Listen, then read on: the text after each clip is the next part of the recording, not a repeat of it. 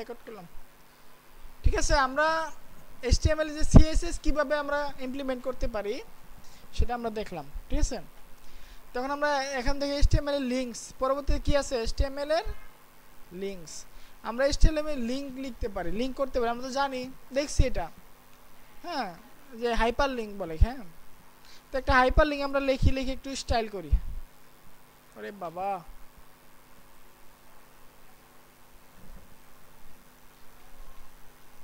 দেখা যায়। ঠিক আছে, ধরেন আমরা একটা হাইপার লিঙ্ক লিখবো, গো এঙ্কর ট্যাগ দিয়ে, হ্যাঁ, লিখবো গো টু, আচ্ছা, মাই ফেসবুক, অথবা go to chat chat on Facebook. আমার ফেসবুক লিঙ্কে নিয়ে যাবে। হ্যাঁ, তো এখানে এইচ দিলাম, এইচ দিয়ে আমি একটা আমার লিঙ্কটা দিয়ে দেই, www.https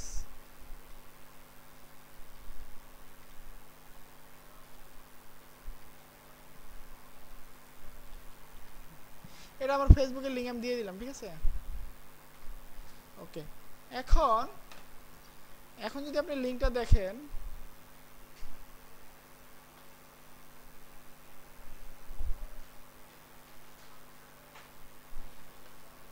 নর্মাল একটা লিঙ্কের মতো লাগতেছে, ঠিক না? চ্যাট অন ফেসবুক, আমার ফেসবুক অ্যাকাউন্টে চলে যাবে। ঠিক আছে, ওকে, ডান। এখন এটাকে আমরা যদি একটু স্টাইল করি, আমরা একটু এটাকে CSS দিয়ে একটু স্টাইল করি, জিনিসটা এমন ভালো লাগে না। যেমন এখানে কিন্তু এগুলো কিন্তু লিঙ্ক, এগুলো প্রত্যেকটা কি লিঙ্ক, বাট তারা একটা সুন্দর ডিজাইন করছে। এখানে একটা কিছু হচ্ছে, আমরা এরকম একটা লিঙ্কে একটু স্টাইল করবো। হ্যাঁ, লিঙ্ক তো আমরা শিখছি, বাট এখন আমরা স্টাইল করা শিখবো। তো আমরা এই লিঙ্কটাকে স্টাইল করার জন্য আমরা ইন্টারনাল CSS ব্যবহার করব। ঠিক আছে, এক্সটার্নালটা আমরা একটু পরে ব্যবহার করব। ঠিক আছে, কারণ আমরা লিঙ্কে ধরলাম, লিঙ্কে ধরে লিঙ্কের একটা ব্যাকগ্রাউন্ড কালার দিলাম। ব্যাকগ্রাউন্ড কালার কি দেওয়া যায়? টমেটো কালার দিলাম। টমেটো না, ফেসবুকের কালার কি? ব্লু। ব্লুর মধ্যে একটা কি জানি একটা কালার আছে, ফেসবুকের কালার বের করতেছে। মানে এখানে একটা ভুল হয়েছে, এখানে ক্লিক করলে আমার এখানে চলে যাচ্ছে, বাট আমার কোনো সেম লিঙ্কে এখন নতুন একটা ট্যাবে ওপেন হচ্ছে না। এটা একটা প্রবলেম। আমরা নতুন ট্যাবে ওপেন করব। এটাকে কিভাবে করব বলেন তো? টার্গেটকে ব্ল্যাঙ্ক করে দেব। ঠিক আছে, ওকে। আমরা যদি ফেসবুকের কালারটা বের করে আনি পারবো। আমাদের এক্সটেনশন ছিল, নাম কি জানি,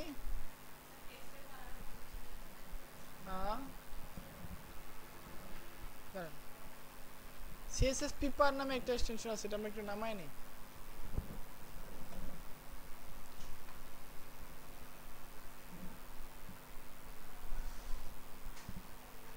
সবাই নামাই নিন। হ্যাঁ,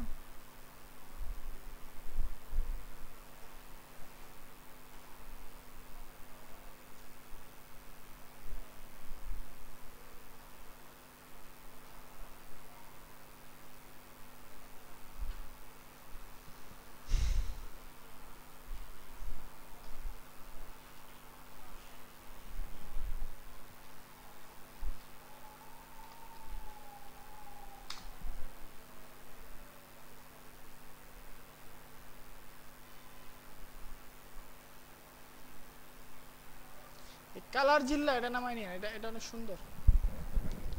কালার জিল্লা।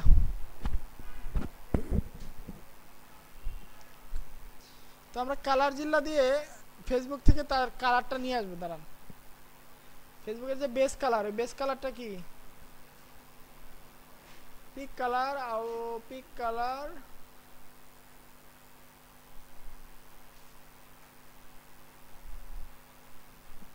এই যে এই কালারটা, এটা ফেসবুকের বেস কালার। ঠিক আছে, এটা কপি হয়ে গেছে। আমরা ব্যাকগ্রাউন্ড কালার হিসেবে এটা দিয়ে দেব। এটাও কিন্তু ব্লু, বাট দেখছেন এটাকে আলাদা করছে, কিন্তু ব্লু ওই ব্লু এই ব্লু না। ঠিক আছে, এটা অন্যরকম একটা ব্লু। আচ্ছা লেখার কালারটা আমরা হোয়াইট করে দেব ফেসবুকের ফন্ট কালারে আমরা হোয়াইট করে দেব কালার হোয়াইট কালারটাকে হোয়াইট করে দিলাম দেখা যাচ্ছে বাট এই যে এখানে নিচে আন্ডারলাইন আসতেছে প্লাস ও যে বাইরে মানে কেমন জানি লাগতেছে বাটনটা সুন্দর লাগতেছে না এই বাটনটা সুন্দর করার জন্য আমাদের এখানে কি দিতে হবে একটা প্যাডিং দিতে হবে প্যাডিং দেওয়া শিখছিলাম মনে আছে প্যাডিং 5 পিক্সেল দিই তাহলে চতুর্পাশে একটা একটা গ্যাপ তৈরি হবে কিরকম গ্যাপ এই লেখার সাথে এই ব্যাকগ্রাউন্ডের একটা গ্যাপ তৈরি হবে এখন একটু ভালো লাগতেছে হ্যাঁ আন্ডারলাইন রিমুভ করার জন্য আলাদা অপশন আছে সেটা হচ্ছে টেক্সট ডেকোরেশন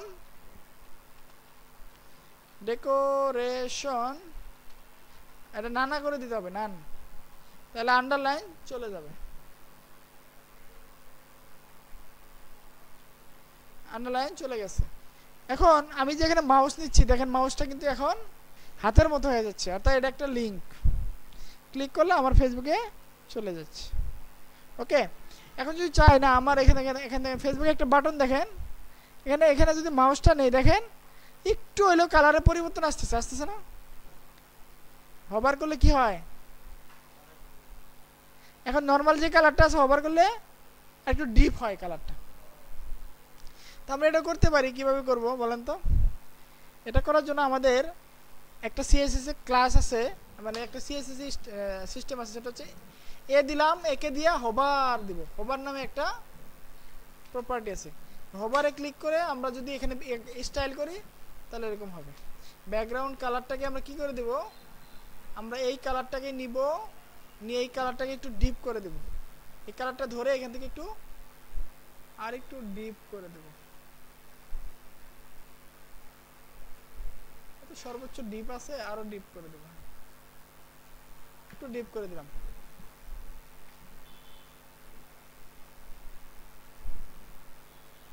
এখন দেখেন এখানে এই যে মাউসটা আনি একটু একটু শ্যাডো আসতেছে ঠিক না যে আমি এখানে যে মাউসটা রাখছি এটা প্রমাণ পাচ্ছি কালার চেঞ্জ হচ্ছে না একটু হ্যাঁ হ্যাঁ ঠিক আছে এইভাবে একটা হোভার করতে হয় ঠিক আছে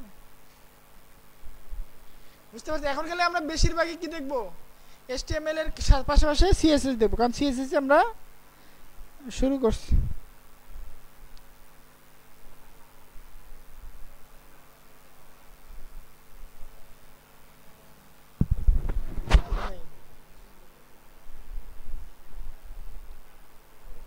আচ্ছা আমি দেখতেছি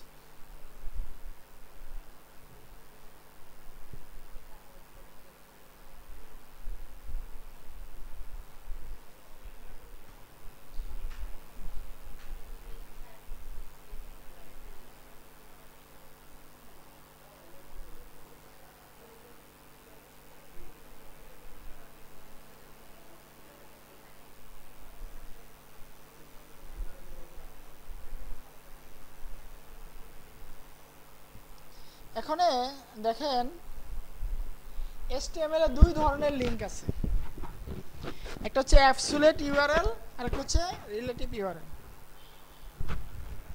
অ্যাবসলিউট ইউআরএল কোনটা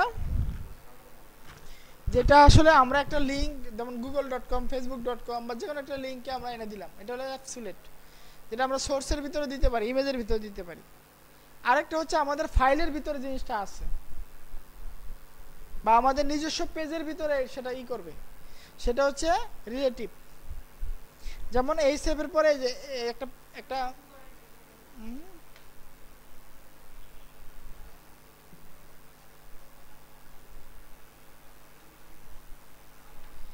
এখানে একটু খেয়াল করেন এটা হচ্ছে অ্যাবসলিউট ইউআরএল যেমন একটা ওই লিংক মানে রিলেটিভ ইউআরএল হচ্ছে আপনার ফাইলের ভিতরেই আছে একটা মানে আরেকটা HTML ফাইল যেমন আমি যদি চাই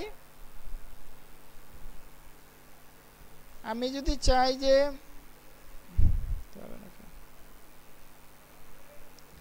আমার যে এখানে একটা ফাইল আছে নাম কি দেখেন তো এই ফাইলের নাম হচ্ছে index.html এটা তো আমরা এখন ওপেন করতেছি না আমি যদি এই ফাইলটা ওপেন করতে এই লিংকে যদি কেউ ক্লিক করে এই ফাইলটা ওপেন হবে অথবা আমি আরেকটা নতুন লিংক নিলাম হ্যাঁ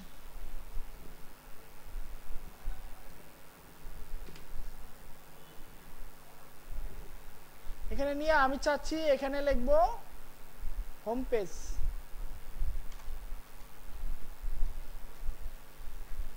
হোম পেজে ক্লিক করলে আমার এই ইনডেক্স ফাইলটা ওপেন হবে। এটা হচ্ছে আমাদের রিলেটিভ লিঙ্ক। কিভাবে করতে পারি এটা আমরা এইভাবে এটা কেটে দেই, কেটে দিয়ে একটা ডট দিব, ডট দিয়ে একটা স্ল্যাশ দিব, ইনডেক্স ডট এইচটিএমএল, যেভাবে আমরা ইমেজগুলো অ্যাড করছিলাম। এটা হচ্ছে রিলেটিভ পাথ, ঠিক আছে? দিলাম। এখন দেখেন কি হয়। এখন আমার দুইটা আছে হোম পেজ। হোম পেজে ক্লিক করলে আমার আরেকটা পেজ ওপেন হচ্ছে। এভাবে আমরা 10টা পেজ ক্রিয়েট করে 10টা পেজের সাথে একটা লিঙ্ক আপ করে দিব। তাহলে কি হবে? আমাদের একটা ওয়েবসাইট, কমপ্লিট ওয়েবসাইট হয়ে যাবে।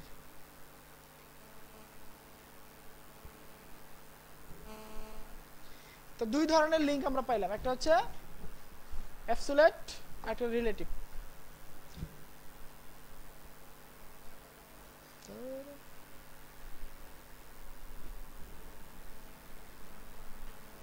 আমরা ইমেজকেও একটা লিঙ্ক আকারে দিতে পারি। আমরা যদি একটা চাই একটা ইমেজকে লিঙ্ক আকারে দিব, তাও দিতে পারি। হ্যালো, এই ডেলিভারি ম্যান এসে দাঁড়ায় আছে, তাড়াতাড়ি দিয়ে দাও। তো আমরা যদি চাই একটা ইমেজ ডাউনলোড দেই, ধরেন গুগল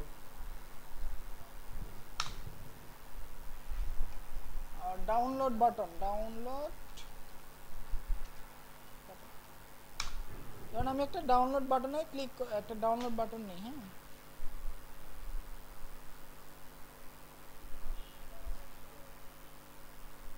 পিএনজি নিতে হবে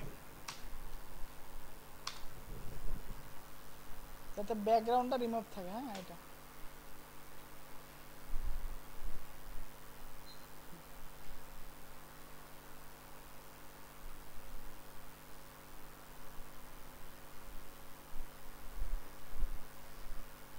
আমরা দেখি না অনেক সময় এরকম ওয়েবসাইটে যে ডাউনলোড বাটন এই থাকে, আবার গিফট দেয়, একটা গিফট জিআইএফ।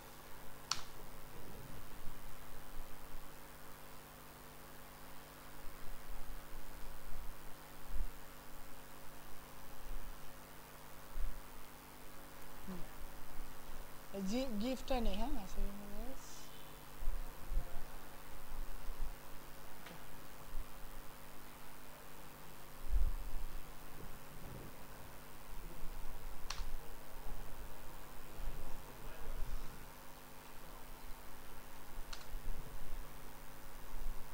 ধরেন আমরা একটা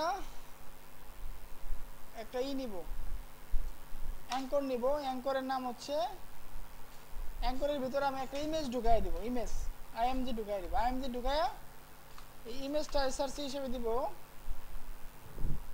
এই যে ইমেজটাকে দিয়ে দিব ডাউনলোড ডট।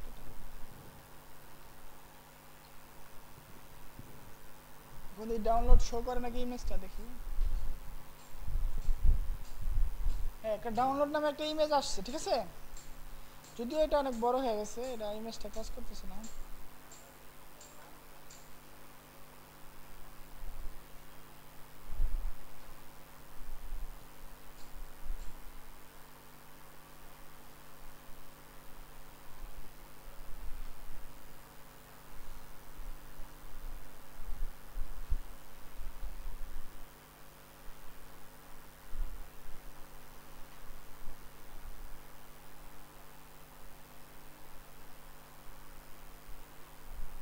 এটা গিফট না, এটা গিফট ফাইল নিতে হবে। আমরা এগুলো করি অনেক সময়।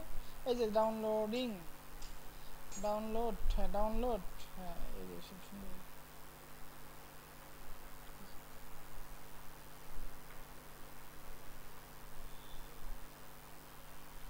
অ্যানিমেশন হইতে হবে। অ্যানিমেশন হইলে জিনিসটা ভালো হবে।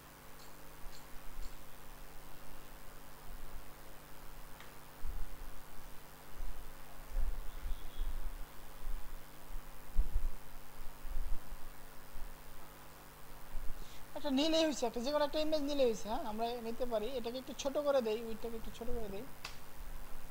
উইডটাকে আমরা 80 পিক্সেল করে দিই। এখন দেখেন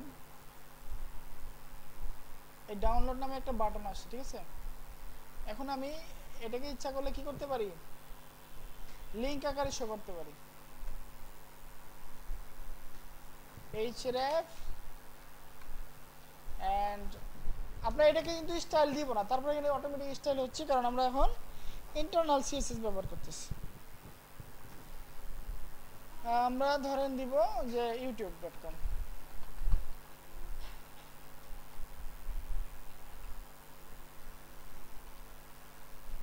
তো আমরা যদি এখন এই ইমেজটাতে ক্লিক করি, এই ইমেজটা কি আমাদেরকে ইউটিউবে নিয়ে যাবে।